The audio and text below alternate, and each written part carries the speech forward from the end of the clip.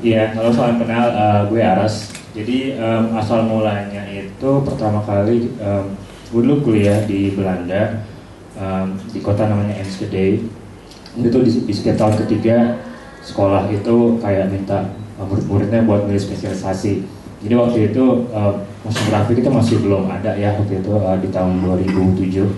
Soalnya yang ada tuh animasi, VFX sama film. Jadi waktu itu gue memilih motion graphic karena ada satu showreel yang bikin gue pengen banget buat ngerjain job-job kayak gitu, dan itu showreelnya di studio Belanda namanya One Size. Dan si One Size ini emang udah established sebagai mograph studio di Belanda selama 5 tahun, 6 tahunan gitu kok nggak salah. Dan dari situlah gue benar-benar pengen, oke nih kayaknya ini apa yang gue lakuin gitu. Jadi gue mulai bikin portfolio dan segala macam. Dan sebelumnya background gue itu lebih ke arah web design. Jadi gue bikin website front end-nya tapi ya bukan back end-nya. Selama kayak 2 tahunan gitu. Dan gue pas tahun ketiga disuruh untuk magang. Jadi gue coba ngirim, waktu itu gue belum tahu apa yang namanya showreel. Jadi gue kirim website doang ke One Size dan ditolak jelas mentah-mentah gitu. Gue dibilangin sama dia, lo nggak punya skill. Maksud gue lo nggak ada skill motion graphic gitu, lo benar-benar cuman web designer gitu. Oh oke, udah nggak apa-apa gitu. Akhirnya gue diterima lagi di tempat lain, di studio animasi namanya Glow.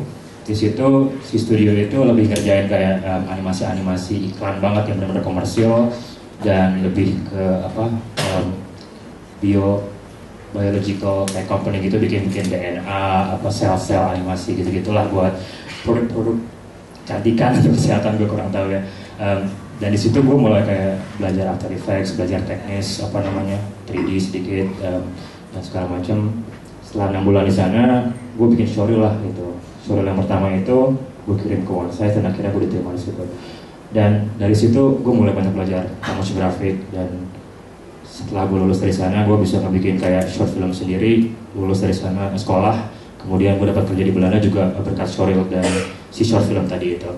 Jadi sebenarnya sih asal mulanya memang gara-gara motivasi gue pengen kesana ya, dan memang kebetulan lingkungan gue yang waktu itu benar-benar suportif banget buat bikin gue bisa jadi ada di dunia motion graphic sendiri gitu.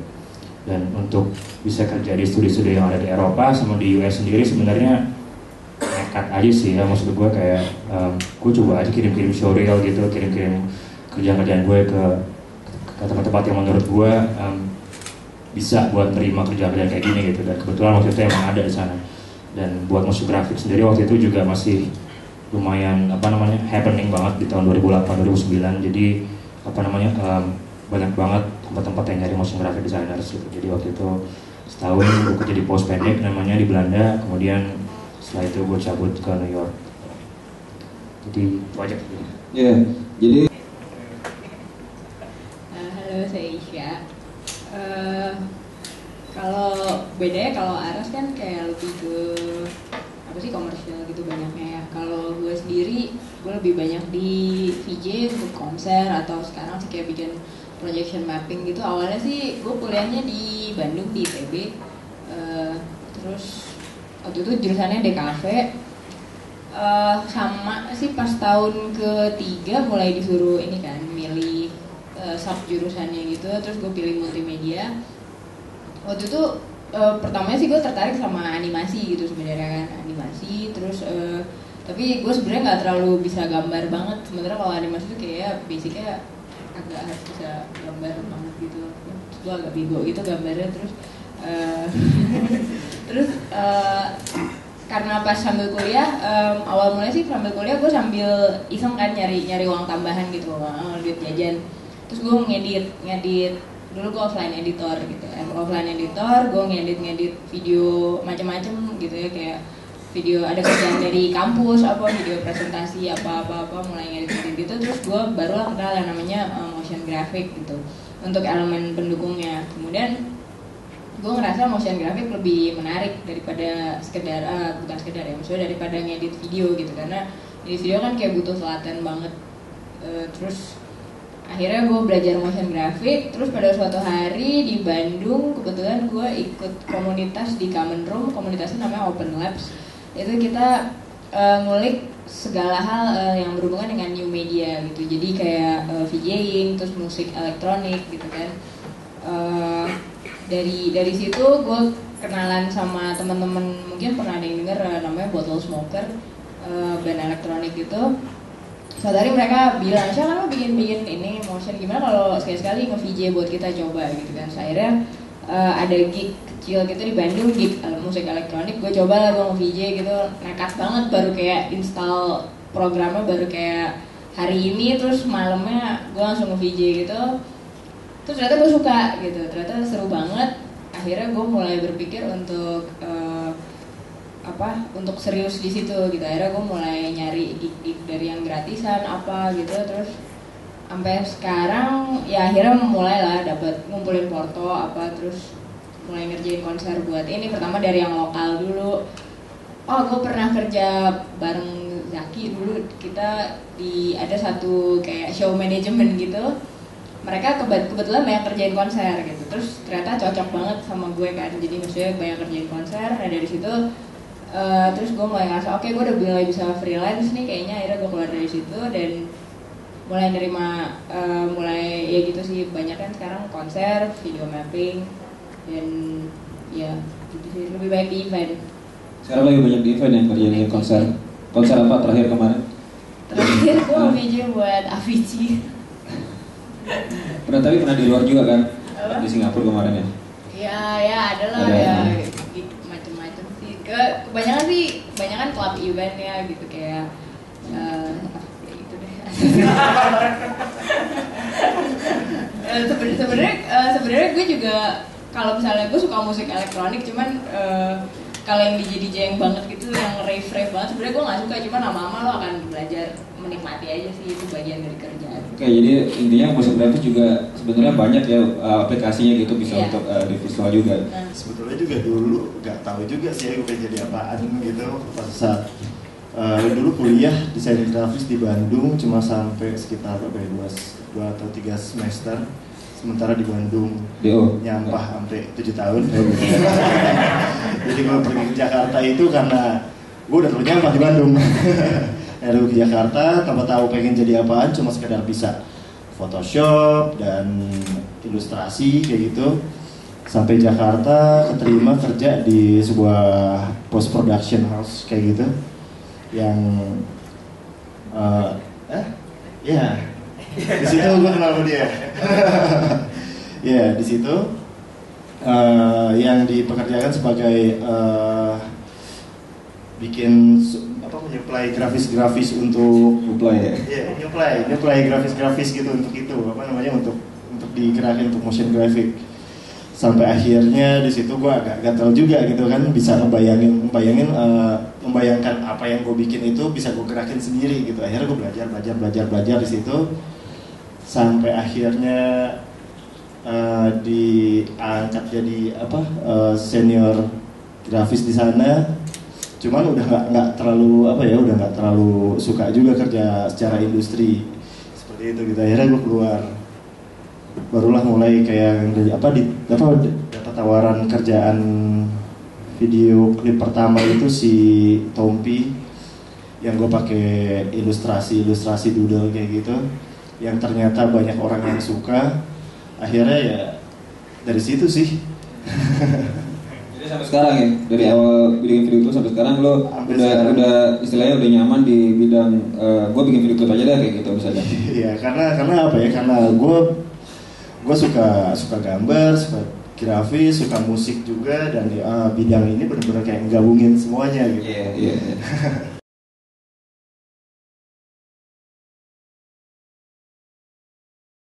Misalnya atau lo punya satu desainer yang jadi lo patokan, apa lo terpengaruh dengan lingkungan? Soalnya bagi orang teman desainer itu karya-karya lo tuh udah istilahnya lo sendiri bisa bilang wah ini keren banget gitu. Maksudnya kayak gitu. Jadi inspirasinya dari mana gitu? Kalau yang awal mulanya sih inspirasi gue waktu itu kan gue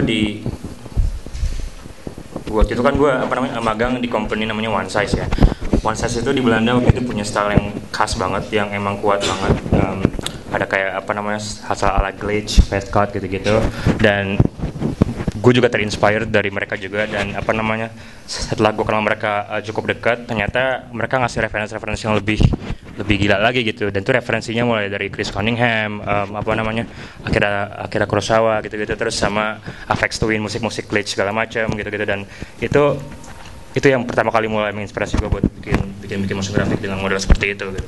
Dan dari situ gue masuk ke dunia komersial gitu, yang emang nggak se-eksperimental yang diduga gitu. Dan waktu itu di Post Panic, di studio yang lain lagi, ternyata gue discover kalau One Size itu adalah keluaran dari Post Panic gitu. Jadi dari Post Panic itu punya inspirasi lagi. Dari situ gue mulai mencari tahu apa inspirasinya dia gitu. Ternyata dia lebih ke arah film, Stanley Kubrick gitu-gitu ya. Dan itu udah bikin, dan gue makin develop lagi gitu kan style mereka segala macam.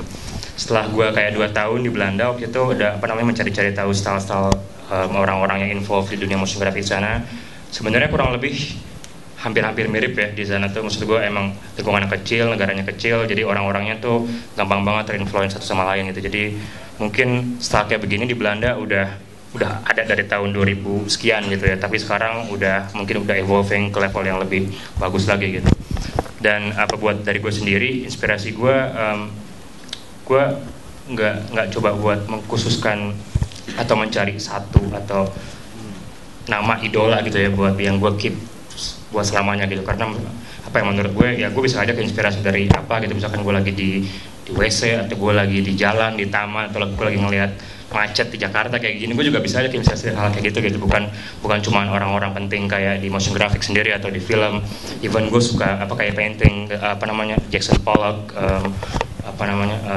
Picasso gitu-gitu. Atau kemarin gue baru dari pameran Raden Saleh sama teman-teman Jogja Force gue di sini gitu. Jadi mulai dari painting, dari musik juga, dari dunia film, itu semua sangat-sangat berkaitan, karena motion graphic sendiri juga emang kebetulan ngeblend semuanya gitu di sini. Jadi mulai dari desain grafik, dari film, dari musik. Jadi apapun yang bisa gue dapat dari 3 hal itu, gue bakal ambil semua gitu.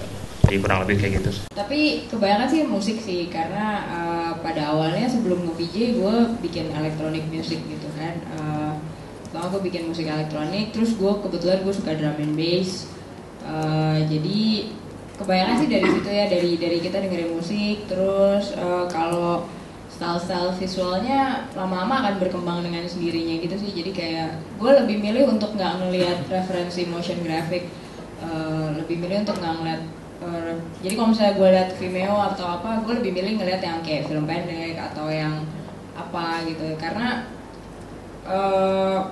menurut gue sih kalau kita terlalu banyak kayak lihat tutorial atau kayak ngelihatnya referensi motion graphic lagi, lo akan jadi boring dan akan sama aja gitu. Pada akhirnya stylenya akan jadi mirip-mirip. Jadi gue lebih milih kayak gue dengerin musik, terus nonton film. Terus kebetulan juga bokap gue kebetulan pelukis, terus sering pameran kemana-kemana, dan gue selalu ikut gitu nemenin asistennya. Jadi gue sering kayak lihat pameran-pameran juga.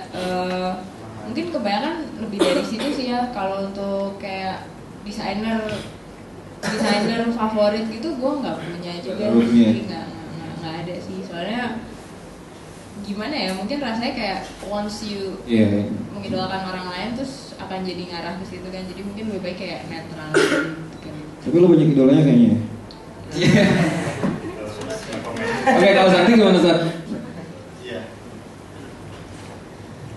Ya kalau misalnya kayak inspirasi bisa didapat dari itu sih, apa namanya, dari musik-musik yang dikasih ke gue gitu, dari klien gue gitu. Misalkan ya dari lirik, entah dari nadanya, kita bisa ambil mood dari situ gitu. Ya kalau misalnya untuk kayak elemen-elemennya ya kita sesuaikan juga gitu. Misalkan gue sesuaikan juga. Ya ama sering banyak lihat referensi keren-keren juga, itu sebetulnya ngebantu gitu. Jadi pada saat kita ngedengerin si musiknya itu, kita bisa ngebayangin visual seperti apa gitu, yang kira-kira yang lebih ngehayal tapi dengan referensi-referensi yang kita udah pernah lihat sebelumnya gitu. Ya? Tapi hal yang positif kan? Iya. Iya.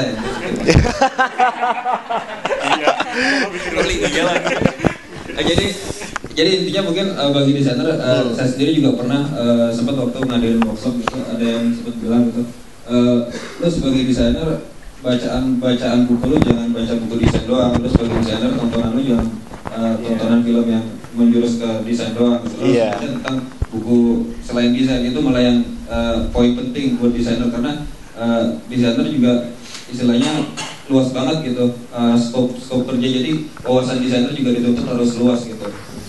Jadi satu tips, sebagai desainer jangan baca buku yang berhubungan dengan desain doang, bacalah buku tentang budaya, bacalah buku tentang sejarah gitu. Itu hal penting gitu untuk ngebangun proses desain kita nantinya, tanpa kita sadari nanti pada suatu titik kita sudah dalam desain yang bagus gitu. Nggak perlu kita baca desain dulu, nggak perlu buka website yang desain dulu, nggak perlu nonton film yang berhubungan desain dulu, paling kayak gitu. Jadi inspirasi atau referensi itu ngaruh banget ya, maksudnya bisa datang dari mana aja gitu, di hidup ini gitu.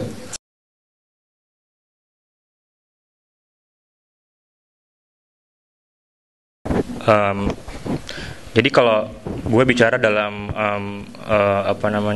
dalam struktur satu perusahaan atau semacam studio motion graphic ya, karena buat individual emang kurang begitu ya gimana ya, maksud gue buat bikin karya motion graphic yang benar-benar proper, yang bagus, itu emang harus teamwork gitu, kolaborasi sih intinya ya. Jadi even kalau ini gue sebut diri gue sebagai motion graphic designer atau semacam director, tapi di luar itu ternyata mereka nggak pernah dengar term motion graphic designer gitu, di US terutama ya. Buat di Belanda atau di Eropa emang yang lebih kecil negaranya, memang mereka punya banyak individual yang bisa nguasain desain, animasi, compositing segala macam, dan menyebut mereka motion graphic designer. Tapi kalau buat di Amerika sendiri, di New York gitu, yang namanya motion graphic designer itu sebenarnya lebih ke arah lo mau jadi apa gitu. Lo mau jadi animator, atau lo mau jadi designer, atau lo mau jadi kompositor, atau lo mau jadi 3D artist yang bikin modeling, atau texturing, atau animasi doang, atau rendering doang gitu, lighting juga. Jadi motion graphic designer sendiri sebenarnya nggak ada gitu di US, dan buat workflow yang benernya ya emang harus dipisah-pisah. Jadi nggak ada orang motion graphic designer yang ngerjain semuanya gitu. Misalnya kayak dari awal bikin desain, lu juga animasinya, lu juga compositing, lu juga. Kalau di Indo masih kayak gitu, dan di beberapa negara di Eropa gitu ya. Jadi itu alasan kenapa US, negara-negara besar di sana bisa ngebikin kerjaan yang kuat banget hasilnya, karena tiap-tiap bidang emang udah difokusin sama satu orang gitu. Kalau kita kan masih kayak 10% buat desain, 10% buat animasi, satu orang doang gitu. Jadi hasilnya nggak bakal maksimal gitu. Tapi ya menurut gue sih kalau emang mau bikin karya motion graphic yang benar-benar kuat gitu, emang cobalah kalau bisa dapet tim, ya pakai tim gitu. Kalau lu bisa sendiri silakan, tapi maksud gue ya lu tahu, maksud gue apapun yang dibikin sama rame-rame itu pasti lebih strong hasilnya gitu, dengan orang yang tepat. Itu aja sih. Jadi kalau di luar mungkin lebih ke spesialis ya, orang-orang yang lebih spesialis, beda sama di sini ya. Kan di sini satu orang dari awal sampai akhir dikerjain sendiri, kalian dikerjain berdua. Kayak masalah routing, terus kayak kabel, proyektor, macam-macam yang kayak gitu, emang dituntut banget untuk harus ngerti semuanya sih gitu. Lebih baik ngerti semuanya, karena kalau untuk kayak video mapping atau konser sendiri, workflow-nya sama sekali beda dengan komersial gitu kan. Kalau lebih apa ya, jadi lebih ditentuin dulu medianya kayak apa, displaynya bentuknya seperti apa, karena kan kalau misalnya konser atau mapping kita nggak cuma berhadapan dengan bidang yang selalu kotak 16:9 atau 4:3, tapi lebih macam-macam kan. Jadi biasanya sih ditentuin dulu bidangnya mau seperti apa, terus abis itu kita pikirin idenya apa kayak gimana, kita bikin 3D modelingnya, terus baru setelah itu dikerjain. Dan setelah proses studionya selesai pun kerjaan gue belum selesai. Jadi setelah proses studionya selesai, kita harus ke venue, ngecek alat, setting alat, ngecek visual, dan sistem kerja yang mungkin seperti di luar itu kita terapkan di studio kita gitu. Jadi kayak ada orang yang emang ngeroto, ada orang yang emang ngurusin lighting, ada yang emang rendering atau apa. Jadi sekarang sih lebih enak gitu, harus dibagi-bagi gitu kali ya. Iya, harus bagi ada spesialisasi sendiri gitu. Emang sih kalau musik gabus nggak bisa sendiri, nggak semua bisa aja, cuman kompensasinya kan hasilnya nggak maksimal gitu nanti. Iya, walaupun duitnya lebih banyak sih kalau ngerjain sendiri, semuanya nggak usah dibagi-bagi kan ya, gitu. Kalau Saki gimana Saki? Ya biasanya standar juga sih, maksudnya kayak gue dapet materi lagunya dan gue coba cari konsepnya seperti apa, terus baru lanjut untuk bikin style frame-nya, kira-kira bakal seperti apa, mood atau stylenya gitu, style videonya juga. Setelah itu ya gue kerjain sendiri semuanya, dari mulai directing.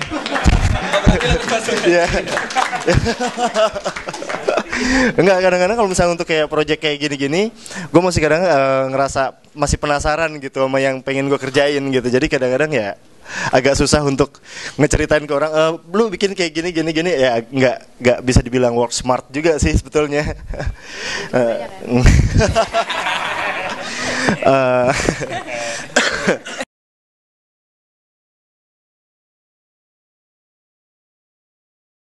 Udah kira-kira berapa tahun sampai saat ini? Kalau yang motion designer gue rasa dari tahun 2008 kali ya sampai tahun 2011. Di tahun 2012 ini gue lebih kayak ke design directing ya, daripada ke ya involve ke apa namanya. Jadi gue lebih kayak nentuin style frames atau style buat hasil motion grafiknya, kebanding gue harus animate, compositing segala macam. Jadi udah emang buat di awalnya doang gitu. Terus selama lu kurang lebih 4 tahun lah bisa dibilangnya sampai 2012 ya? Iya. Kira-kira sekitar 4 tahun tuh ada nggak misalnya satu project yang emang lu senang banget, atau lu punya pengalaman tersendiri dalam satu project itu, bisa diceritain nggak kayak apa? Atau lu punya pengalaman baiknya kayak apa, terus pengalaman buruknya kayak apa? Misalnya lu pernah satu project yang dibagusin banget, terus bisa menang award apa, terus bisa dapat feature di festival apa gitu, bisa diceritain nggak? Misalnya pengalaman lu selama 4 tahun ini yang udah lu capai apa gitu? Kalau dari segi kerjaan komersil sih ya, gue rasa nggak ada yang bisa dibanggain sih. Maksud gue emang harus kerjaan komersil, tapi ya hasil komersil yang ada di real itu maksudnya itu kayak cuma 50% dari apa yang gue kerjain gitu. Yang berarti lebih banyak personal project gitu ya bisa dibilang. Itu semua komersil yang gue pilih, benar-benar gue pilih gitu. Kalau yang nggak gue pilih kayak kerjaan-kerjaan bikin logo terus kayak white gitu dong. Itu nggak akan gue masukin ke Sawi. Gitu lah pokoknya. Dan apa namanya, kalau buat proyek-proyek yang emang yang paling berkesan sih terakhir kali kemarin tahun 2011. Jadi itu gue di-approach sama teman-teman motion graphic dari Europe gitu, buat ini kita mau ngadain kolaborasi besar nih antara orang-orang motion graphics sama sound designers yang ada di dunia motion graphics, namanya Resonance waktu itu. Jadi itu si produsernya itu dari London waktu itu, dia kayak approach orang-orang yang ada di London, di Barcelona, di Belanda juga, sama di New York sama LA segala macam, buat dikumpulin ngebikin satu karya besar. Dan itu untuk di-exhibit di festival yang namanya OFF waktu itu di Barcelona, festival semacam multimedia gitu, interaktif, motion graphic juga. Dan waktu itu emang si film itu banyak dapat exposure yang lumayan ya dari si OFF itu, terus juga mulai disebarin di mana-mana, di motionographer juga ada waktu itu, terus di Post Fest juga ada, di festival-festival film yang ada di luar negeri gitu. Dan itu prosesnya sebenarnya juga ada gak enaknya juga sih sebenarnya ya, karena waktu itu gue kan masih kerja di satu perusahaan namanya Tronic Studio waktu itu di New York. Dan waktu itu gue yang propose ke mereka, ini mau nggak Tronic kerjain ini gitu, karena ini proyek bakal bisa dapat exposure bagus banget di dunia motion graphic. Dan mereka bilang, oh ya udah bikin aja, tapi lo yang direct segala macam ya. Oh ya udah, nggak apa-apa gitu, gue ambil proyeknya itu. Dan ternyata pas gue baru ngerjain kayak 2-3 hari gitu, mereka bilang, ini ada job masuk nih, Akasan minggu depan. Ya, jadi gue yang baru mulai mau nge-concepting, nge-style frame, jadi kayak ketahan gitu, anjir ini maksudnya apa nih? Maksud gue kayak cuma dikasih seminggu doang buat nyelesain kayak begini tuh gak mungkin banget gitu. Dan gue butuh tim juga gitu, karena apa dengan pola pikir itu buat ngebikin suatu karya yang bagus, gue butuh tim gitu. Gue gak mau ngerjain ini sendirian gitu, karena emang ini buat festival besar, ini buat kolaborasi besar yang akan mungkin menjadi salah satu film motion graphic yang paling besar tahun ini di sana gitu waktu itu. Dan akhirnya gue dapat helps dari orang-orang motion graphic. Jadi si Tronic hire 2 interns gitu, dua anak magang dari Swedia untuk kerja di situ gitu. Dan waktu itu 2 orang itu namanya Toros Kose sama Martin, mereka dari Swedia sama dari Denmark, dan mereka emang lagi magang di New York selama 5 bulan. Jadi gue juga teman sama mereka, dan mereka kayak lebih ke motion graphic designer juga, yang dari Europe, yang kayak tadi gue bilang motion graphic designer di Europe tuh lebih kayak generalis gitu, sama kayak di Indonesia yang dimana mereka ngerjain semuanya sendirian gitu. Dan buat mereka emang kita cuma bertiga doang timnya, jadi gue cuma fokus ke directing sama concepting style design, dan mereka langsung animate segala macam, mereka langsung compositing dan kawan-kawannya. Dan buat projectnya sih itu kali ya yang paling berkesan banget. Yang kemarin di Barcelona itu ya, Spanyol ya. Pernah tahu juga sih. Terus pernah punya nggak pengalaman, misalnya pengalaman pahit gitu selama lo berkarir gitu, entah di luar negeri, entah di Europe atau di US gitu? Pernah nggak? Di US sih kayaknya ada. Iya ada. Jadi waktu itu gue kerja di satu studio di New York, dan waktu itu kita lagi ngerjain semacam instalasi besar banget buat Lacoste, brand dari Prancis, polo shirt gitu. Dan kita emang mau ngebikin semacam instalasi art di Grand Central Station New York gitu. Jadi itu instalasi bakal gede banget dan semua orang bakal bisa lihat, dan tujuannya adalah buat memperkenalkan parfum mereka yang baru gitu. Jadi idenya itu si instalasi itu akan mengambil data dari internet. Jadi kalau ada user atau kayak fans Lacoste login ke websitenya lacoste.com/the machine. Jadi itu nama instalasi itu The Machine. Dan mereka bisa input nama, terus email, nomor telepon, dan Facebook segala macam. Jadi mereka bisa share kemana-mana. Dan di situ ada kendala teknisnya gede banget, karena waktu itu ada problem dari komunikasi internal, yang dimana direkturnya tidak mau berkomunikasi sama tim-timnya gitu. Jadi si direktur itu emang benar-benar artis banget atau seniman banget. Jadi emang apa-apa tuh maunya perfect, maunya super bagus, dan nggak mau tahu pokoknya lo yang bikin semuanya gitu. Jadi dan dia nggak pernah ngomong ke tim kreatif atau ke tim desainnya gitu, karena ada produser yang akan menyampaikannya. Tapi kita butuh komunikasi sama orang-orang kayak gitu, karena kalau ada apa-apa bisa dapat feedback cepat, respon yang cepat, yang bagus gitu. Jadi di situ kendalanya di situ, dan akhirnya kita punya problem besar pas kita lagi launching di New York waktu itu. Si instalasinya nggak berjalan sesuai rencana, walaupun motion grafiknya semuanya udah jadi, segala macam udah jalan. Dan akhirnya pas hari H-nya launchingnya itu ada problem teknis di mana instalasinya tidak bekerja dengan apa yang diharapkan si direktur itu. Tapi habis itu setelah sehari kemudian direvisi langsung benar. Tapi pas yang benar-benar pentingnya kan hari hanya itu ya. Jadi pas launchingnya itu benar-benar gagal gitu istilahnya. Jadi itu yang paling benar-benar bikin malu, dan itu ya itulah yang menyebabkan gue juga decide buat independen di New York sekarang. Karena workflow di tempat waktu itu emang agak sedikit struggle sebenarnya sistemnya gitu. Cuman maksudnya buat di studio-studio lain di New York lebih proper gitu. Maksud gue nggak itu doang kok. Maksudnya kalau setelah pengalaman gue kerja sama tempat-tempat lain, ternyata mereka lebih fun, lebih asik kerjanya, dan nggak yang ada problem kayak gitu. Jadi itu doang sih paling. Ya. Terus kalau Isa ada nggak selama lo berkarir gitu berapa tahun? 4, 5? Dari tahun 2008 kali ya. Oh sama juga. Sama. Ada nggak satu proyek yang emang lo ini pengalaman yang paling lo bagus gitu, misalnya lo pernah sampai feature di mana gitu, sampai ikut festival apa, terus pengalaman pahitnya deh bisa diceritain buat teman-teman. Kalau Kalau gue sih sebenarnya karena kebanyakan event, konser gitu. Jadi rata-rata menyenangkan semua sih ya. Maksudnya kalaupun iya karena gitu ya. Datang joget-joget. Maksudnya rata-rata sih menyenangkan gitu ya. Tapi kalau yang berkesan banget sih baru kemarin ya, baru beberapa bulan yang lalu. Jadi gue tuh ngefans banget sama seorang DJ gitu, Shinichi Osawa namanya. Jadi dia DJ dan produser gitu dari Jepang. Gue tuh ngefans banget udah dari lama lah ngefans sama dia. Tuh sampai gue sempet pernah bikin motion kayak iseng-iseng pakai lagunya dia gitu, karena gue emang ngefans banget nih sama si orang ini, Shinichi Osawa gitu kan. Terus udah gitu pas Maret kemarin gue dapat kabar dia mau main di gue belum pernah nonton dia live gitu, dia mau main di Future Music di KL. Tadinya gue udah mau berangkat, gue udah mau nonton, tapi ternyata ada kerjaan gitu kan, ada kerjaan. Jadi akhirnya gue batal nonton ya, gue udahlah nggak usah, ntar nanti aja gitu. Ternyata dia April datang ke sini dan ternyata gue yang diminta nge-VJ gitu. Jadi gue kayak itu kayak berkesan banget gitu. Nah, jadi itu tuh kayaknya pengalaman gue nge-VJ paling seru, dan buat gue tuh gue jadi kenoraan gitu. Kayak biasanya gue nggak ya kayak biasanya gue nggak gitu peduli lah, maksudnya kayak udah main gitu seru-seruan. Cuman kemarin tuh gue bener-bener yang kayak sebelum main kayak 15 menit sebelum dia naik gue kayak lari ke backstage gitu, salaman foto bareng gitu kayak gitu kan, kayak pokoknya udah norak banget deh. Paling itu sih, terus kayak kemarin sempet main buat Rike Shop, gue juga suka banget Rike Shop gitu, cuman nggak seheboh yang Shinichi itu karena gue ngefansnya dari zaman dulu. Terus seru banget karena pas Shinichi-nya main, akhirnya gue sempet pas dia mainin lagu yang dulu gue bikin videonya, gue puterin video yang itu gitu kan, jadi gue kayak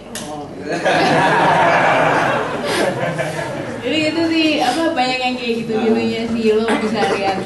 Sebenarnya enaknya tuh lo banyak lihat konser gratis gitu kan. Terus kadang-kadang malah kalau yang nge-VJ yang benar-benar nge-VJ yang acara rave gitu, sebenarnya sih enak banget karena lo dateng, main, joget-joget, terus bayar pulang. Gue nggak mabuk sih. Terus pengalaman jeleknya ada nggak, pengalaman pahitnya gitu, misalnya konsernya batal, entah karena apa, entah lo nggak dibayar gitu? Kalau nggak dibayar sih, alhamdulillah nggak pernah lah ya. Pernah sih, ada lah ya. Tapi kadang-kadang lo udah males gitu, kayak udahlah terserah deh gitu. Karena kan sekarang tuh problemnya kalau misalnya lagi event, sekarang banyak IO baru kan. Banyak IO baru yang sebenarnya mereka nggak terlalu punya duit juga gitu, tapi pengennya ini, pengennya itu, sampai ya gitu. Akhirnya bayarnya entah bayarnya molor apa nggak dibayar gitu. Ada yang sampai setahun baru dibayar gitu ya. Kebanyakan kendalanya gitu. Cuman kalau yang pahit banget sih nggak ada sih, gue anaknya ikhlas gitu soalnya. Maksudnya apa sih, kayak tiap project bisa diambil hikmahnya aja sih. Jadi apa ya, nggak ada sih, malah banyak kan lucu sih gitu, kayak misalnya lo nge-VJ gitu ya, kadang-kadang kan banyak acara yang rave banget gitu, banyak bule-bule, suka ada yang naik terus tau gue dicium kayak gitu-gitu, yang suka gila-gila gitu, malah kadang-kadang yang ada orang mabok lah di booth gitu, kayak kebanyakan seru sih kalau di konser sih. Dia diambil seru aja ya. Seru-seru aja. Kalau Sakti gimana Sat?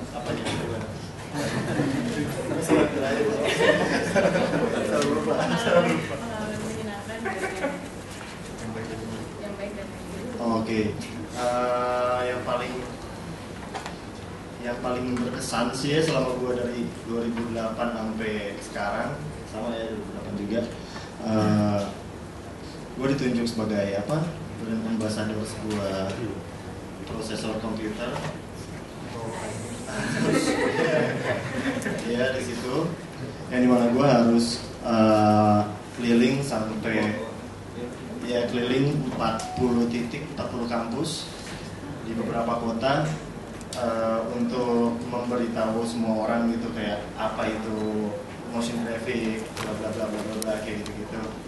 Dan ya pengalaman buruknya terjadi di situ juga. Oh gitu. Sekalian kan? Iya, karena pada dasarnya gue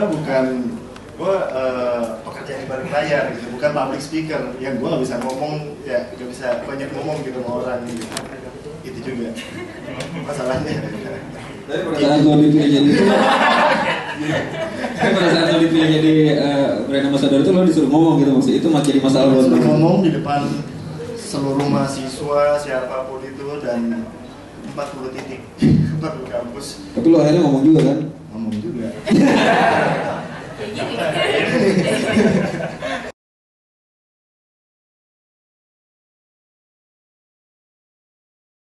Belajar dari pengalaman ya, dari experience sama dari praktek langsung gitu. Jadi misalkan kayak ya sering-sering aja buka site-site kayak yang berhubungan sama motion graphic gitu kan, kayak MBD sendiri gitu atau kayak motionographer gitu-gitu. Jadi buat teori strongnya sih gue rasa nggak tahu ya, nggak ada sih kalau menurut gue, tapi emang ada aja orang-orang yang mengumpulkan itu, dan itu bukunya ada di dikemas dalam satu buku itu namanya Motion Graphic Design itu. Coba aja dicari di situ. Gimana? Puas? Ada lagi yang nanya? Iya.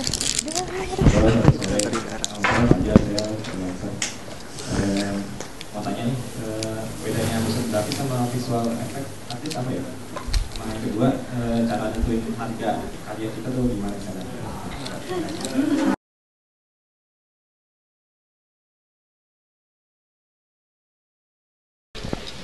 Motion graphic artist itu lebih kerjaannya gimana ya? Jadi kalau motion graphic itu adalah graphic designer pada umumnya gitu ya. Pada basic itu adalah seorang graphic designer yang emang kerjaannya ngedesain gitu, bikin poster, bikin website segala macam, dan itu diaplikasikan ke media-media bergerak seperti film, TV dan kawan-kawannya. Jadi bedanya adalah di mana si visual effect artist itu lebih ke arah teknis pembuatan film.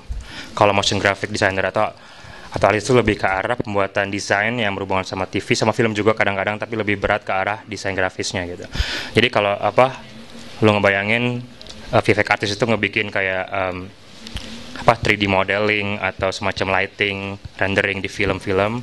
Motion graphic designer tuh ngebikin kayak bumper TV atau ngebikin iklan-iklan TV yang ada teksnya segala macam, ataupun buat film-film visual effects yang ada infographicsnya segala macam, itu motion graphic designer. Sebenarnya garisnya tuh tipis banget sih, cuman kalau yang namanya VFX artist tuh lebih ke arah teknis 3D ya, bukan ke arah desain, itu aja sih.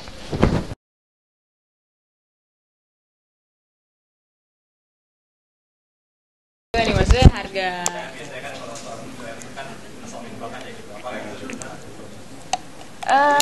harga yang mesti ditentuin ya, pertama kan kita tanya kliennya dulu kan, kayak misalnya yang mesti pertimbangan tuh paling durasi, terus kayak teknis, dari segi teknis dia susah apa enggak, terus deadline juga ngaruh gitu, makin cepat harusnya makin mahal gitu kan.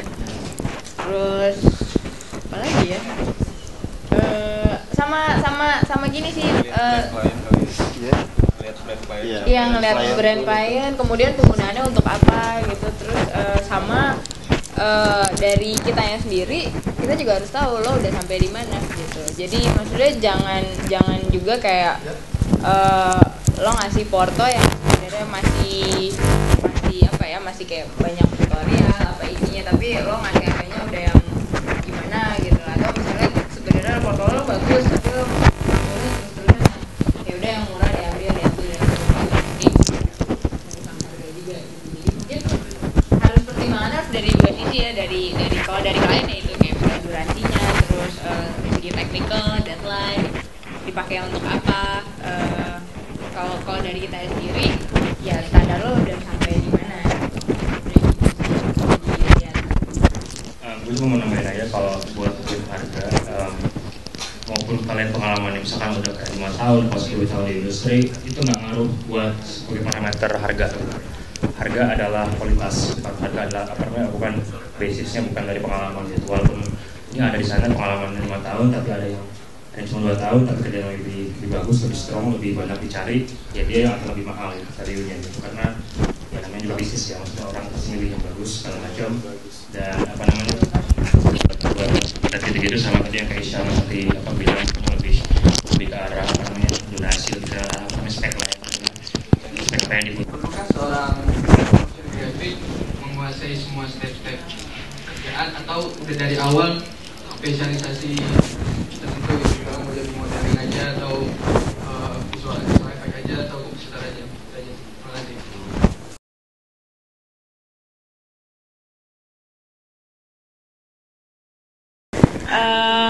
Apa tadi, perlu nggak ya harus tahu semuanya gitu ya?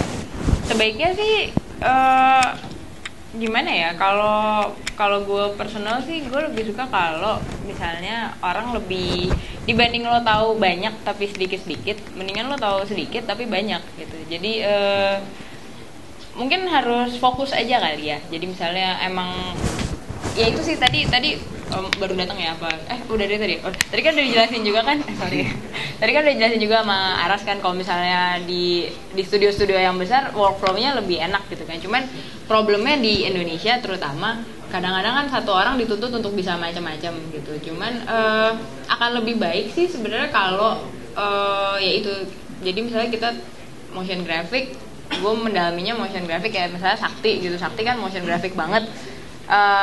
Ya toh demand-nya banyaknya motion graphic dan he's good at it, terus akhirnya kerjaannya juga dapetnya kayak gitu dan bagus. Sementara kalau misalnya mungkin agak jeleknya kalau lo terlalu mencoba menguasai banyak, akhirnya portfolio juga nggak terfokus gitu. Jadi nggak fokus kerjaannya kayak gimana. Jadi kalau dari gue sih kayaknya lebih baik gitu ya, tahu sedikit tapi banyak, tapi mendalam gitu. Jadi nggak cuman tahu kulitnya aja. Cuman nggak ada salahnya juga belajar misalnya kayak mungkin misalnya lo sekarang modeling nih senengnya gitu, terus kayak tapi gue pengen belajar rigging atau texturing ya nggak apa-apa juga, belajar aja. Cuman mungkin si modelingnya lebih didalami lagi gitu, lebih fokus. Jadi gitu kali ya, lebih fokus tapi nggak menutup kemungkinan untuk belajar gitu. Masalah mapping biasanya kesulitannya apa aja gitu, dari awal sampai akhir, terus maksimal loading si proyektor itu biasanya berapa hari, terus si durasinya biasanya pakai per segmen gitu atau cuma satu segmen berapa menit gitu. Oke, makasih.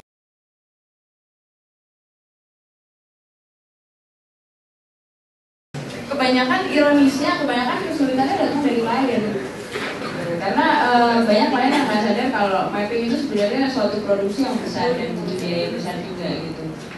Cuman kadang-kadang klien mikir daripada kita bikin set, mending kita bikin mapping gitu, lebih murah. Sebenarnya itu salah gitu, karena dari equipment aja sebenarnya mapping mengeluarkan biaya yang cukup besar gitu, bisa bikin satu film gitu sebenarnya.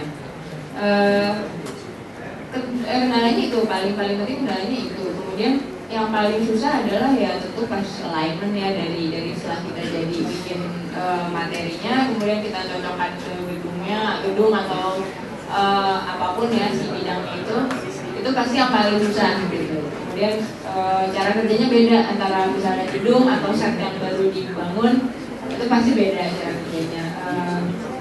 Bikin model dulu, kita harus foto dulu. Sebenarnya agak kompleks tapi menyenangkan sih ya gitu. Maksudnya kalau dijalanin sih ya gitu. Terus untuk tadi apa durasi ya? Loading alat idealnya ya sebenarnya idealnya tuh 3 hari sebelum event. Sebenarnya enak banget kalau kita udah bisa dapat proyektor, udah bisa di-set, kita udah bisa tes alignment, itu udah enak banget sebenarnya. Cuman ya seringnya balik lagi kan ke klien, karena misalnya proyektor juga kadang-kadang mahal, cuma dilebihin 2 hari. Jadi sering banget gue nge-set proyektor tuh misalnya acaranya ntar malam jam 8, dari jam 3 pagi kemarin gue udah di venue gitu. Jadi dari pagi sampai pagi lagi, seringnya kayak gitu. Sebenarnya itu nggak bagus sih, harusnya sehari sebelumnya kita udah bisa ngetes gitu. Cuman kan repotnya mapping seringkali outdoor dan harus malam kan, harus gelap. Jadi ya idealnya sih 3 hari ya, 3 hari sebelum event. Cuman agak susah dapetin itu, jadi bisa dapet sehari semalam sebelum event aja itu udah bagus banget sih. Hamin 3, soalnya itu berhubungan buat lama nyewa alatnya kalau Hamin 3. Iya. Lamanya kos juga kan. Kos juga. Terus tadi untuk durasi apa itu satu play movie atau by segment? Tergantung konsep ya. Tergantung konsepnya lain. Cuman kan seringnya mapping tuh prosesi dipakai buat kayak prosesi kita bisa misalnya launching produk atau apa gitu, atau misalnya ada ceritanya. Kalau durasi standar sih misalnya setelah yang gue pelajari, orang itu setelah 5 menit biasa udah mulai kehilangan fokus. Jadi untuk tontonan mapping ya 6 menit, 3-6 menit gitu udah bagus sih. Kalau lebih dari itu orang udah kehilangan fokus. Itu berlaku juga buat kalau pada main bikin showreel sih jangan lama-lama ya. Jangan lama-lama karena setelah semenit setengah deh orang udah hilang fokus gitu. Kira-kira gitu mas. Mungkin ada yang nanya.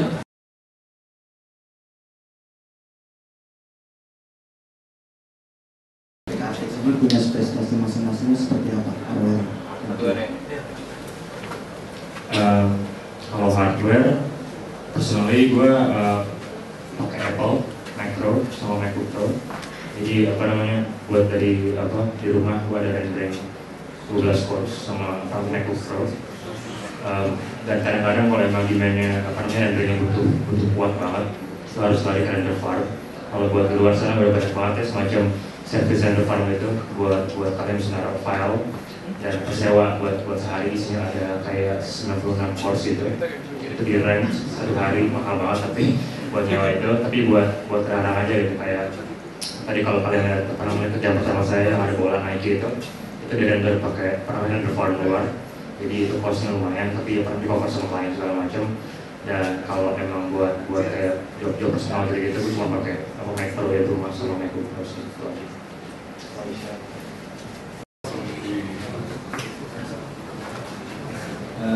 Saya Samuel dari Jakarta, mau nanya untuk Mas Aras, Isa, Mas Afif. Kan tiga-tiganya udah freelance ya, udah hampir 3-4 tahun.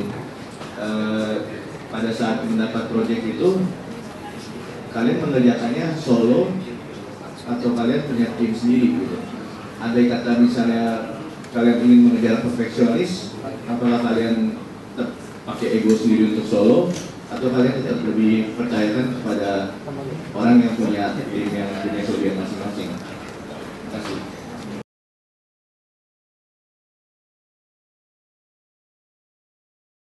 Ya tergantung proyeknya itu seperti apa. Kalau misalnya kita butuh untuk mengerjakan itu bersama tim, mungkin gua akan hire beberapa orang gitu untuk kita kerjasama, atau misalkan gua ajak beberapa orang untuk kerjasama untuk kerja satu proyek itu. Ya kadang-kadang kerjain sendiri juga. Itu walaupun budget besar dan kecil. Nah itu disesuaikan budget juga sih sebetulnya. Kalau misalnya budgetnya kecil mungkin kita nggak bisa ngebayar siapa, tapi kalau misalkan kalau misalnya proyeknya menarik walaupun budget kecil gitu, ya tergantung siapa yang kita ajak juga gitu untuk kita ajak kolaborasi bareng gitu. Mereka biasanya sih tertarik gitu untuk itu. Akan lebih memilih mana? Ya? Akan lebih pilih mana walaupun budget kecil tetap ajak orang atau tetap solo? Tergantung proyeknya juga sih sebetulnya. Jadi kalau tertarik ajak rame-rame. Ya kalau misalkan proyeknya seru dan budgetnya kecil, mungkin gue bakal ajak orang-orang yang bakal tertarik juga sama proyek itu gitu. Kalau misalnya nggak ada yang tertarik ya mungkin gue kerjain sendiri juga gitu, karena menyenangkan.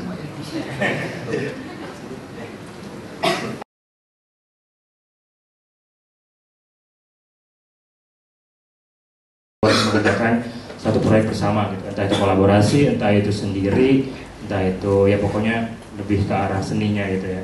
Jadi dan yang sering terjadi adalah di mana kerjaan-kerjaan real kita segala macam itu isinya komersil semua gitu. Nggak ada yang kerjaan-kerjaan yang lebih personal gitu, nggak ada yang ngebawa style lu gimana, nggak ada yang ngebawa pesan lu tuh gimana gitu. Jadi mungkin juga perbanyak aja tuh kerjaan-kerjaan yang sifatnya lebih ke personal, yang lebih ke kolaboratif bareng teman-teman.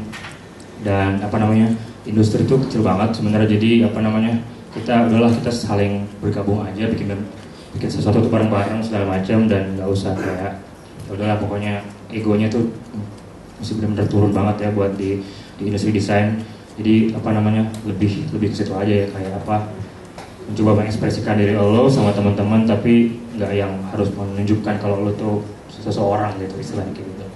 Oke, kalau buat Isa, ada nggak sih advice-nya? Sebenarnya yang Aras bilang tuh benar banget ya, harus nyempetin buat berkarya. Tapi kalau misalnya di spesifik kayak misalnya siapa tahu ada yang mau VJ juga atau pengen apa ya, yang penting jadi kayak Isla gitu misalnya ada teman-teman. pengen yang mesti dikembangin selain kayak skill studio ya, maksudnya selain kita harus bisa kayak softwarenya dan macam-macam. Sebenarnya social skill tuh penting banget gitu. Kalau udah di kerjaan kayak gue, social skill penting.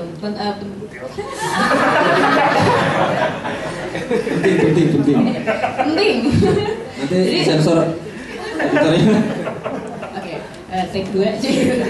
Jadi social skill tuh penting banget.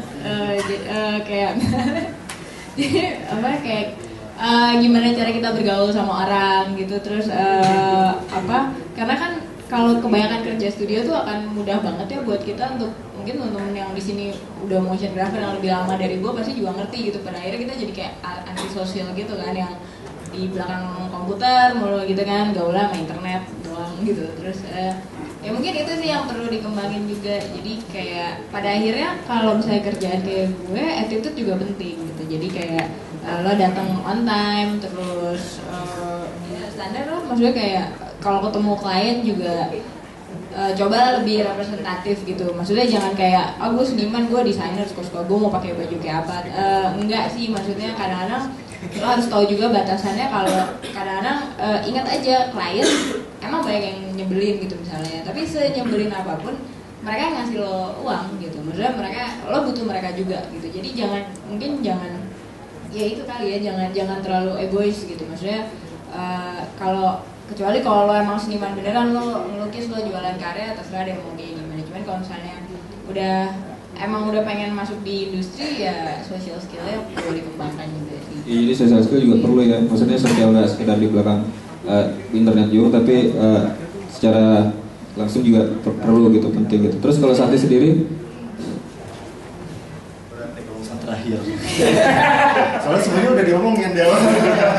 Dirangkum aja. Iya, dirangkum aja. Jadi semua yang bisa dan Aras ngomongin itu benar. Iya. Pokoknya apa ya? Jangan pernah stuck untuk berkarya deh. Andai kata kita stuck di motion graphic, kita mungkin masih bisa mengekspresikannya di bidang lain gitu, seperti ya, di media lain kayak lu bisa melukis, lu bisa bikin musik, atau lu bisa bikin apa yang ntar mungkin bisa jadi bisa jadi eksperimen lu gitu untuk bikin sesuatu gitu, untuk bikin sesuatu yang baru juga gitu. Udah.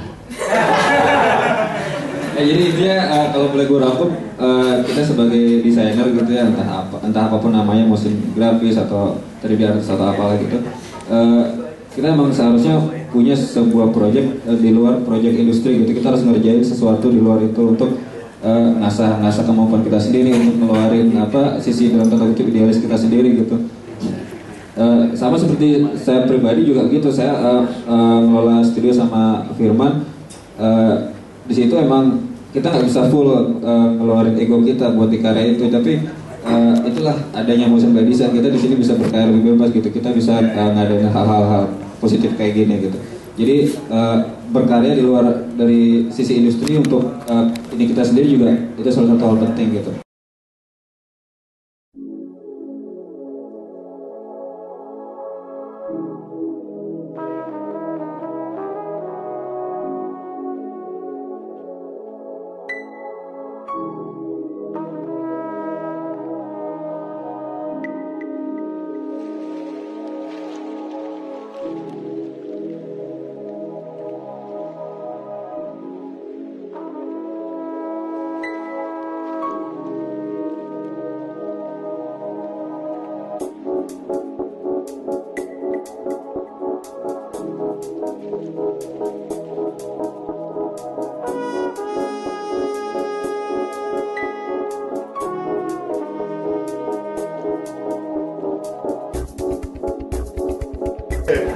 Gue Aras.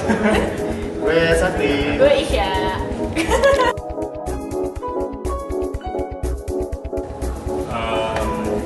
Belajar desain grafis basic fondasinya, sama belajar teknis sedikit. Belajar desain paling penting sih ya. Kalau basicnya udah bagus biasanya belakang-belakang banget. Nah, teknis itu tadi apa sih? Attitude juga harus dijaga. Social skills Attitude ya seperti tadi pondasinya harus Rangkuman satu. Iya.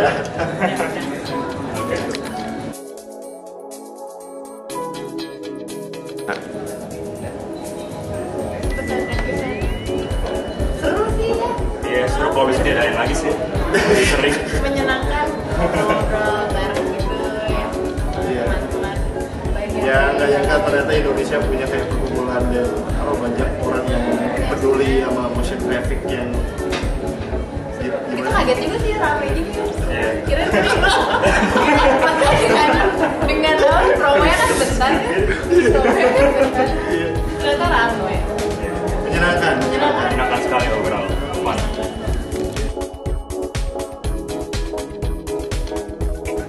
Terima kasih. Ya, terima kasih sudah mengadakan acara seperti ini dan Terima kasih Motion by Design. Motion by Design. 589. Dan desain-desain. Panji dan Panji dan Krishna Firman dan Gua berangkat dari Kobe.